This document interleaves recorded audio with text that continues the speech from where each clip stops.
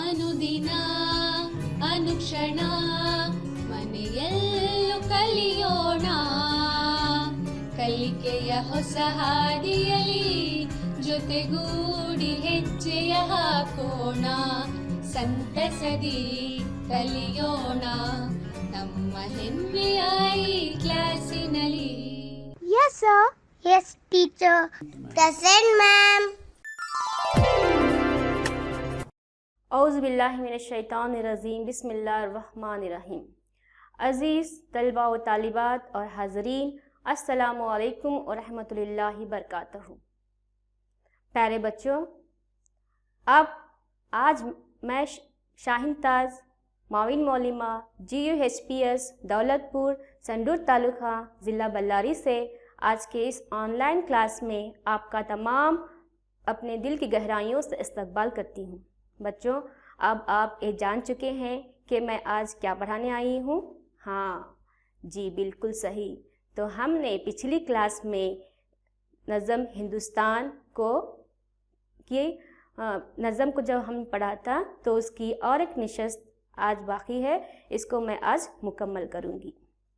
तो चलिए बच्चों, कि इस उम्मीद के साथ कि आप तमाम पिछली क्लास में पढ़ाई गई नज़म की मश्क किए होंगे, नज़म को घर पर पढ़े होंगे और मैंने जितने भी निकात जितने भी मालूमात को मैंने पिछली क्लास में आपको दी थी आप याद रखे हैं ना।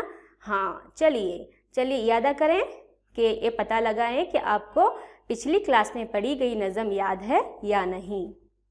तो चलिए यादा करते हैं। सबसे पहला सवाल है, हिंदुस्तान किसकी लिखी हुई नज़्म है?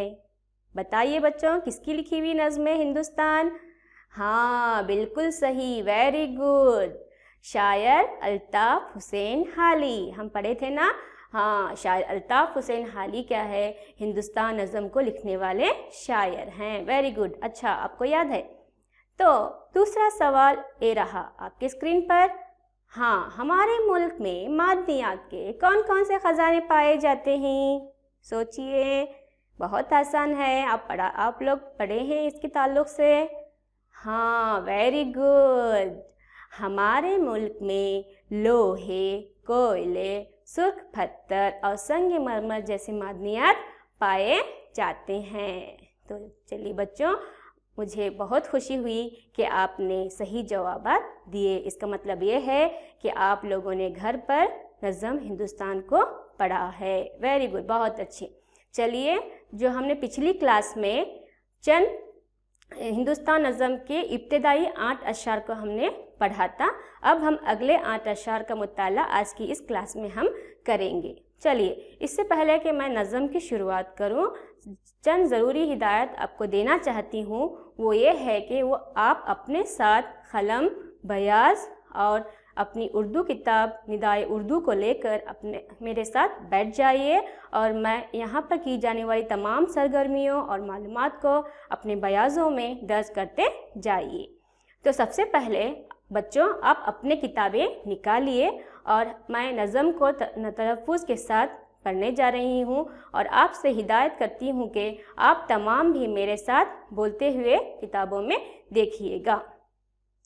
हरे और भरे जंगलों की बहार, झलाझल चमकते हुए रेगजार, ए सूरज की किरणों का रंगीन जाल, कि जिस तरह फितरत ने खोले हो बाल, उफ़क़ से उबलता हुआ रंग नूर, फ़ज़ाओं में परवाज़ करते तयूर, कंवल झील में मुस्कुराते हुए, चरागाह का मंजर दिखाते हुए, तड़पती मचलती हुई बिजलियाँ, समंदर में मिलती हुई नदियाँ, ए नीलम और अलमास के कोहसार, ए चांदी के पिघले हुए आबशार, ए मखमल में लिपटी हुई वादियाँ, हिमालय की गुलपोश शहजादियाँ, ए गंगा का आंचल, ए जमुना की रेत, ए धान और गेहूँ के शादाब खेत। तो बच्चों, आज हम इन अशआर की तशरीह को जानेंगे।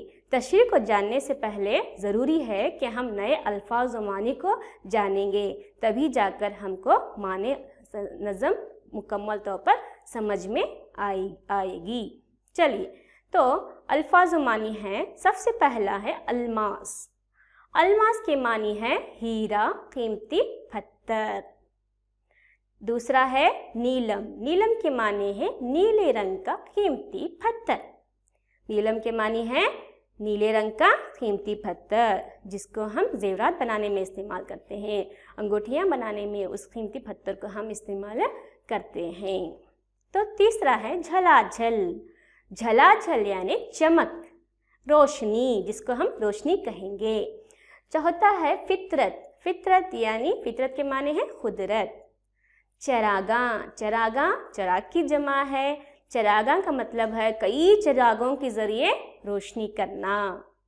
शादाब। शादाब के माने हैं हरा और भरा। तयूर। तयूर यानी है बच्चों, तयूर के माने हैं परिंदे। उफ़क़। उफ़क़ का माने है आसमान का किनारा, जहाँ ज़मीन और आसमान दोनों मिले हुए हमें दिखाई देते हैं।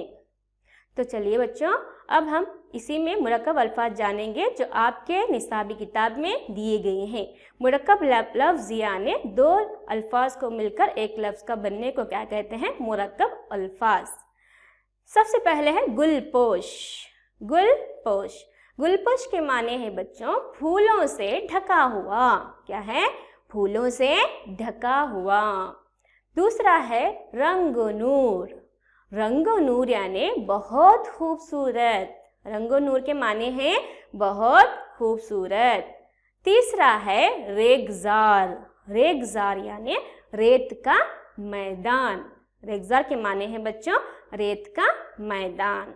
तो ये रहे मुरक्कब अल्फाज जो आपकी किताब में दिए गए हैं, चाहे तो आप देख सकते हैं। और बच्चों इन अल्फाज को आपको याद रखना होगा। याद रखेंगे तो आपको मुस्तक़बिल में मदद होगी। चलिए अब हम नज़म के अशारों की तशरीह करते जाएंगे। तो सबसे पहले हैं हरे और भरे जंगलों की बहार, झलाझल चमकते हुए रेगज़ार। बच्चों शायर अल्ताफ़ हुसैन हाली हिंदुस्तान नज़म को बहुत ही निराले अंदाज में लिखा है। उन्होंने हर एक शेर में क्या है हिंदुस्तान की खूबसूरती, यहाँ पर पाई जाने वाली दौलत को बहुत ही प्यारे अंदाज में बयान किया है। जैसे कि हमने पिछली जमात में पढ़ा था कि हमारे हिंदुस्तान में बहुत सारे मादनियात दस्तयाब हैं। हमारे हिंदुस्तान में शजर घने हैं। हमारे हिंदुस्तान में अंगूर के बेल नज़र आते हैं, जिसमें क्या है अंगूर खोशों में लटके हुए दिखाई देते हैं। इसी तरह से यहाँ पर है इस शेर में शायर कहना चाह रहे हैं हरे और भरे जंगलों की बहार, झलाझल चमकते हुए रेगज़ार। आप देख सकते हैं आपके स्क्रीन पर तस्वीर जो नज़र आ रहे हैं। पहला है जंगलात। शायर इस शेर में कहते हैं कि हमारे हिंदुस्तान में जंगलात की बहार है, यानी हमारे हिंदुस्तान में क्या है जंगलात, हरे भरे और घने जंगलात पाए जाते हैं, जिसमें मुख्तलिफ़ किस्म के पौधे पाए जाते हैं, मुख्तलिफ़ किस्म के जानवर, जंगली जानवर पाए जाते हैं। और साथ ही साथ हमारे हिंदुस्तान में रेत की वसी मैदान भी पाए जाते हैं। एक तरफ जंगलात हैं तो दूसरी तरफ रेत के मैदान भी हैं, जहाँ पर क्या है रेत हमें चमकते हुए दिखाई देती है। रेत के ज़र्रात क्या है बच्चों, चमकते हुए हमें नज़र आते हैं। तो दूसरा शेर है हमारा, इस सूरज की किरणों का रंगीन जाल कि जिस तरह फितरत ने खोले हों बाल। बच्चों शायर इस शेर में शायर अल्ताफ़ हुसैन हाली बयान करते हैं कि यहाँ के कुदरती मनाजिर इतने खूबसूरत हैं कि जब सूरज तुलू होता है तो सूरज की शुआएं मुख्तलिफ़ सिमतों में फैले हुए नज़र आते हैं, और वो मंज़र हमें ऐसा लगता है जैसा कि फितरत ने अपने बाल खोल रखे हैं। देखिए कितने प्यारे अंदाज में शायर कहते हैं कि हमारे, देखिए आप तस्वीर में देख सकते हैं, जब सूरज तुलू होता है तो सूरज की शुआएं क्या है मुख्तलिफ़ सिमतों में फैले हुए नज़र आते हैं, और वो मंज़र हमें ऐसा लगता है जैसे कि फितरत ने क्या है, जैसे कि कुदरत ने क्या है अपने बाल क्या है खुले रखे हैं। तो वो नज़ारा हमें बहुत ही प्यारा लगता है। दूसरा शेर है, उफ़क़ से उबलता हुआ रंगो नूर, फ़ज़ाओं में परवाज़ करते तयूर। उफ़क़ से उबलता हुआ रंगो नूर, फ़ज़ाओं में परवाज़ करते तयूर। शायर कहते हैं कि जब शाम को सूरज डूबता है तो वो मंज़र बहुत ही प्यारा लगता है। कैसा? जैसे कि ऐसा लगता है वो समा जैसे कि क्या है, ज़मीन और आसमान दोनों मिले हुए हमें नज़र आता है। जैसे कि आपने मानों में पढ़ा, उफ़क़ के माने हैं ऐसा नज़ारा जहाँ पर क्या है, ज़मीन और आसमान दोनों हमने मिले हुए दिखाई देते हैं। जैसे आप यहाँ पर तस्वीर में भी देख सकते हैं कि यहाँ पर देखिए, गौर कीजिए, उफ़क़ का नज़ारा देखिए कि हमें ऐसा लग रहा है कि ज़मीन और आसमान दोनों क्या हैं, मिले हुए दिखाई दे रहे हैं। अच्छा लग रहा है ना बच्चों? हाँ, यही है उफ़क़ का मंज़र। तो ऐसे में जब ऐसे नज़ारे में जब तयूर यानी परिंदे जब परवाज़ करते हैं आसमान पर, तो ये क्या है, इस खूबसूरती को दुगना कर देते हैं। ये मंज़र और खूबसूरत हमें दिखाई देने लगता है। जैसा कि आप देख सकते हैं इसका तस्वीर में उफ़क़ का नज़ारा है और नज़ारे में क्या है, उसी वक्त क्या है, आसमान पर परिंदों का परवाज़ हो रहा है। देखिए कितना अच्छा लग रहा है ना। हाँ, तो बच्चों, शायर हमारे हिंदुस्तान की कुदरती खूबसूरती को बयान करने की यहाँ पर कोशिश किए हैं।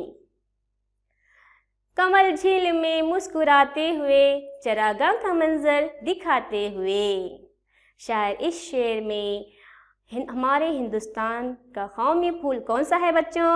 हाँ, हमारा कौमी फूल है कमल। तो कमल की तारीफ करते हुए शायर अल्ताफ़ हुसैन हाली बयान करते हैं, जब कमल खिलता है, कमल कहाँ रहता है बच्चों? हाँ, तालाब में खिलता है। जब तालाबों में कमल खिलता है तो ऐसा लगता है कि कमल क्या कर रहा है, मुस्कुरा रहा है। कमल कैसा लगता है हमें? मुस्कुराते हुए लगता है। जब तालाबों में एक साथ कई सारे कमल जब खिले हुए होते हैं तो तालाब का मंजर हमें ऐसा लगता है जैसा किसी ने तालाब में चिराग रोशन किए हों। आप देख सकते हैं तस्वीर में, यहाँ पर देख नीचे दूसरी तस्वीर में देखिए कि यहाँ पर क्या है, तमाम बहुत सारे कमल क्या हैं, तालाब में खिले हुए हमें नज़र आ रहे हैं। और ये मंज़र हमें ऐसा लगता है जैसा कि किसी ने तालाब में चिराग को रोशन किए हैं। तो बहुत अच्छा लग रहा है ना बच्चों?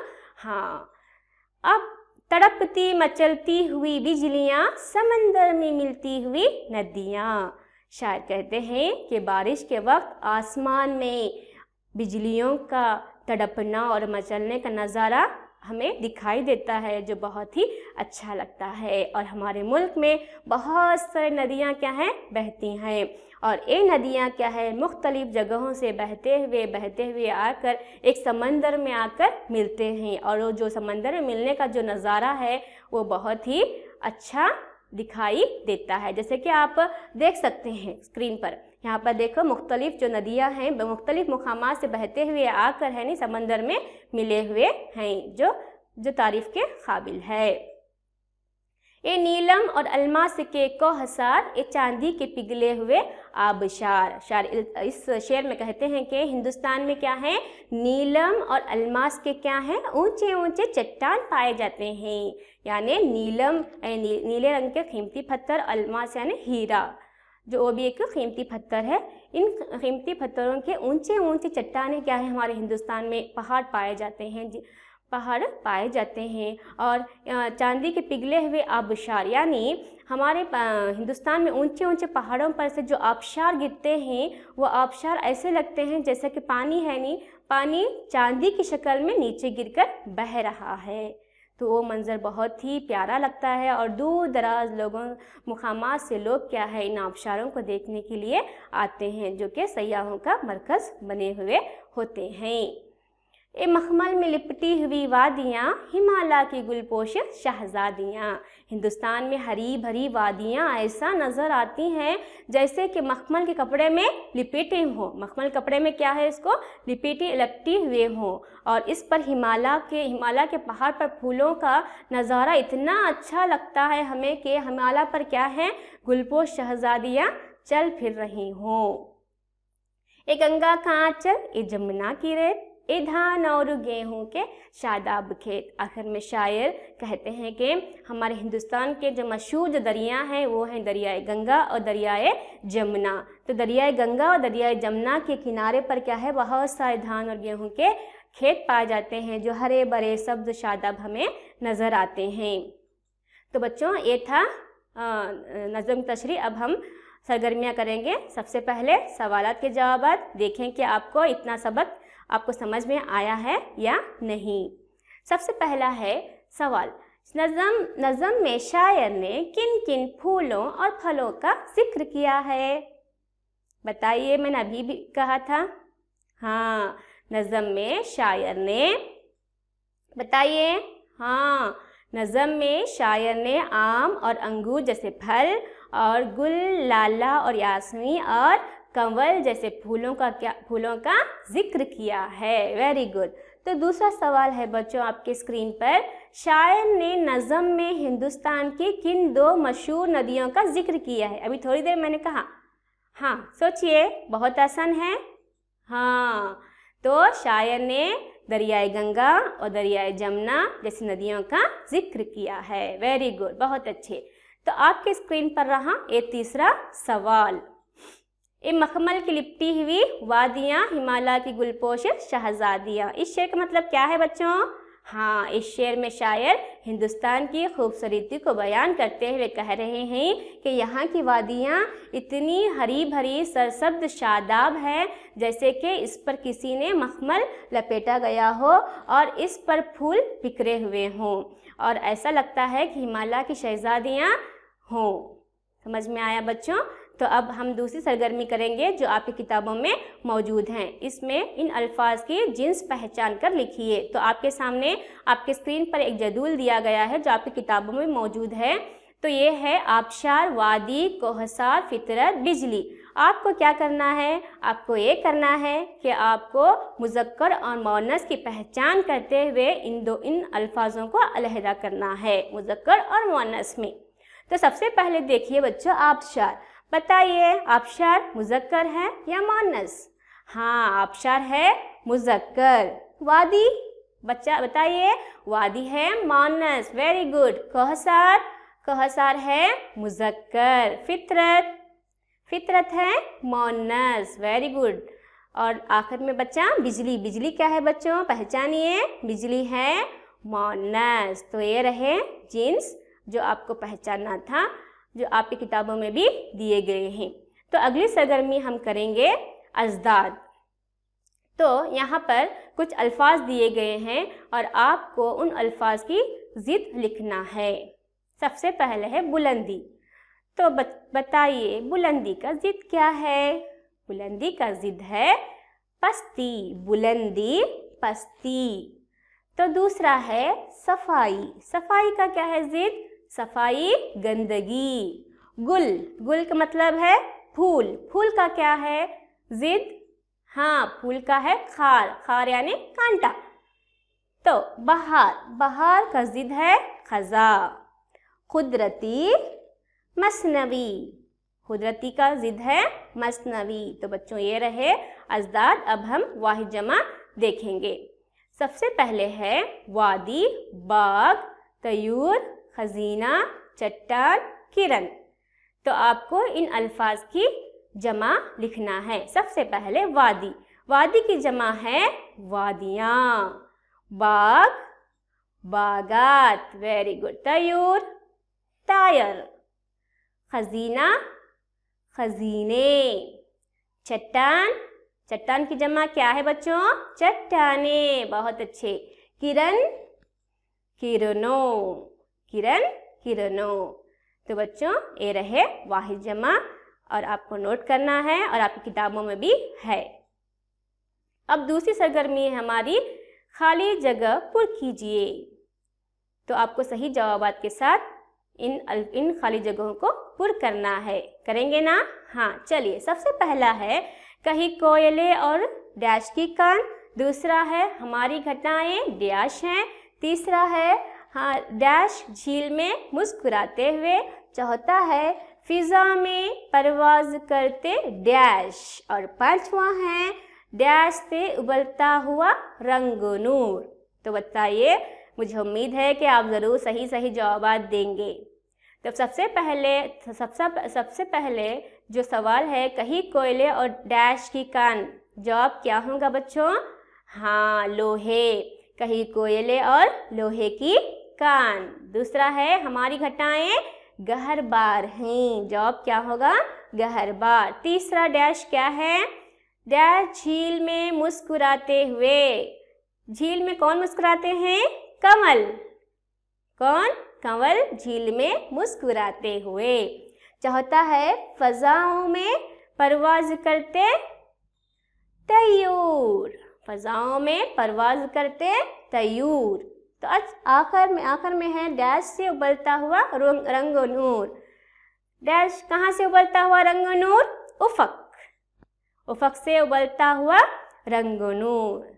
तो बच्चों ये रहे खाली जगह को पुर करना। अब हम अगली सरगर्मी की तरफ दौड़ेंगे, तो वो है मिसरों को मुनासिब जोड़ से मुकम्मल कीजिए।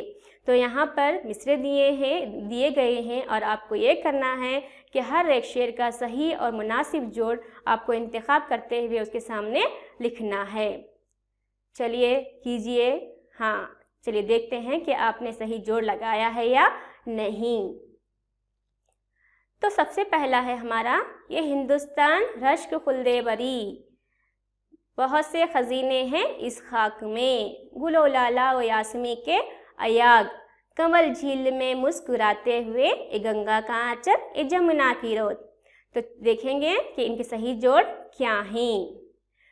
तो ये हिंदुस्तान रश्क खुल्दे बरी का सही जोड़ है उगलती है सोना वतन की ज़मीन, बहुत से खजीने हैं इस खाक में, हज़ारों दफीने हैं इस खाक में, गुलो लाला व यासमी के अयाग, महकते हुए आम के सब्ज बाग, कमल झील में मुस्कुराते हुए, चरागां का मंजर दिखाते हुए, ए गंगा का आंचल, ए जमुना की रेत, ए धानों और गेहूँ के शादाब खेत। वेरी गुड, बहुत अच्छे। तो आपने सही जवाबात को जोड़कर मिसरों को मुकम्मल किया है, तो आपका बहुत बहुत मुबारकबाद हो। तो अब हमारी अगली सरगर्मी है। ये सरगर्मी ऐसी है बच्चों कि हम आम बोलचाल में इस्तेमाल होने वाले जुमलों को हम क्या करना है? सही उर्दू में लिखना है। और आप लोग भी अपने घर पर जो आम बोलचाल की ज़ुबानों में जो जुमले बोलते हैं, तो उन जुमलों को आपको सही उर्दू में लिखना है। तो यहाँ पर जुमले दिए गए हैं। हमें सबा मैसूरू जारी, हमारी अम्मी को बेरा बहुत पसंद। तीसरा है हमारे घर में पूरे 5 आदमियाँ हैं। चौथा है हमारी उस्तानी सबा गाँव को जारी कते। देखिए ये है हमारी आम बोलचाल की ज़ुबान, और आपको ये करना है कि आपको सही जुमलों में लिखना है। इन्हीं जुमलों को आपको सही उर्दू जुमलों में लिखना है। तो सबसे पहले है हमें सबा मैसूर जारी। तो सही क्या है इसका? हम कल मैसूर जा रहे हैं। तो सही उर्दू क्या है? सही उर्दू में हम किस तरह से लिख सकते हैं बच्चों? हम कल मैसूर जा रहे हैं। तो दूसरा है हमारी अम्मी को बेरा बहुत पसंद। तो इसका सही उर्दू जुमला ये है हमारी अम्मी को बेरा बहुत पसंद हैं। तो तीसरा है हमारे घर में पूरे 5 आदमियाँ हैं।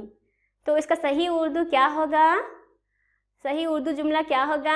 हमारे घर में कुल 5 आदमी हैं, या हमारे घर में कुल 5 अफराद हैं। ये भी हम लिख सकते हैं। चौथा हमारी उस्तानी सबा गाँव को जारी करते। तो इसका सही उर्दू जुमला है हमारी उस्तानी साहबा कल गाँव जा रहे हैं। हमारी उस्तानी साहिबा कल गाँव जा रहे हैं। तो ये थे बच्चों आम बोलचाल में इस्तेमाल होने वाले जुमलों को सही उर्दू में लिखने की सरगर्मी। तो हमारी अगली सरगर्मी है, और आपकी किताब में चंद आम मालूमात दिए गए हैं बच्चों, चाहे तो आप देख सकते हैं, आपकी किताबों में है वो। तो ये जानना आपके लिए बहुत ज़रूरी है, तो मैं यहाँ पर उसको बताऊंगी। तो सबसे पहले है कौमी तिरंगा पिंगली वेंकैया ने तैयार किया। तो बताइए हमारा कौमी तिरंगा कौन सा है? हाँ, हमारा कौमी तिरंगा 3 रंगों वाला है। कौन सा? ज़ाफ़रानी, सफ़ेद और हरा, और दरमियान में चक्कर है, वो नीले रंग का चक्कर है। ये हमारा कौमी तिरंगा है। इसको लिखने वाले कौन है बच्चों? इसको लिखने वाले हैं पिंगली वेंकैया ने तैयार किया। तैयार करने वाले कौन है बच्चों? पिंगली वेंकैया। तो कौमी तिरंगे की लंबाई और चौड़ाई, कौमी तिरंगे की लंबाई और चौड़ाई 3:2 है। कौमी तिरंगे को 22 जुलाई 1947 में मंजूर किया गया, उसको इजाज़त दिया गया। तिरंगे में धर्म चक्र जो है उसको अशोक के सारनाथ के लाट से लिया गया है और इस धर्म चक्र में 24 स्पोक हैं, चाहे तो आप गिन सकते हैं। जो चक्कर में लकीरें हैं वो कितने हैं बच्चों? 24 हैं। इसको आप याद रखना ज़रूरी है। तो कौमी तराना जन गण मना, कौमी तराना कौन सा है हमारा? जन गण मना। इसको किसने लिखा बच्चों? इसको रविंद्रनाथ टैगोर ने लिखा है। तो यहाँ पर इसी तरह से कौमी तराना 24 जनवरी 1950 में मंजूर किया गया। कौमी तराना जन गण मना को 24 जनवरी 1950 को मंजूर किया गया। हमारा कौमी तराना है जन गण मना। कौमी खेल है हॉकी और कबड्डी। कौमी गीत है सारे जहां से अच्छा हिंदुस्तान हमारा, जो आपको मालूम है। तो कौमी निशान है हमारा 4 बब्बर का निशान और कौमी परिंदा है मोर और कौमी जानवर है शेर।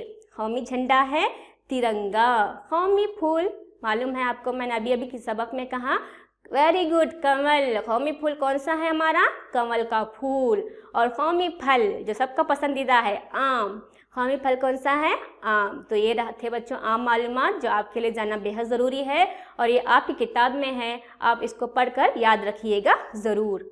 अब आखिरी है घर पर काम। मुझे उम्मीद है कि आप पिछली क्लास में दी गई मशक को ज़रूर करे होंगे और इस उम्मीद के साथ कि आज की क्लास में दिया जाने वाला ये होमवर्क भी आप ज़रूर कर लाएंगे।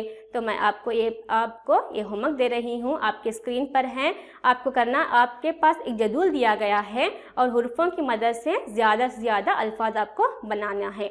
ऊपर से नीचे, नीचे से ऊपर, दाएं से बाएं और बाएं से दाएं, कैसे भी करके आपको इन जो अल्फाज मैंने दिया है, चांदी, चावल, गंगा, हिमालय, सूरज, कंवल, नदी, जमुना और वार, इन अल्फाज को आप उस जदूल में ढूंढकर लिखना है, उसको निशान करना है। करेंगे ना? हाँ, चलिए बच्चों, वक्त का तकाजा है। आज की नशिस्त यहाँ पर ही ख़त्म होती है और मुझे उम्मीद है कि आप ज़रूर घर पर मश्क करेंगे और बस मश्क करेंगे और इस उम्मीद के साथ कि आप रोज़ाना घर पर जो पढ़ाई जाने वाले सबकों को पढ़ेंगे और अपनी सेहत का ख्याल रखेंगे, मास्क पहनेंगे और अपने घर वालों की हिफाजत का ख्याल रखेंगे और हर 2-3 घंटों में आप अपने हाथों को धोते रहेंगे। करेंगे ना? हाँ, उस्ताद की बातों को याद रखना ज़रूर बच्चों। चलिए, तो ये इस उम्मीद के साथ कि आपने यहाँ पर पढ़ाई गई तमाम मालूमात को आप याद रखेंगे, अपनी ज़िंदगी में अमल करेंगे। तो मैं वक्त का तकाजा देखते हुए अपनी क्लास को यहीं पर ख़त्म करती हूँ बच्चों। जब तक अल्लाह हाफिज़।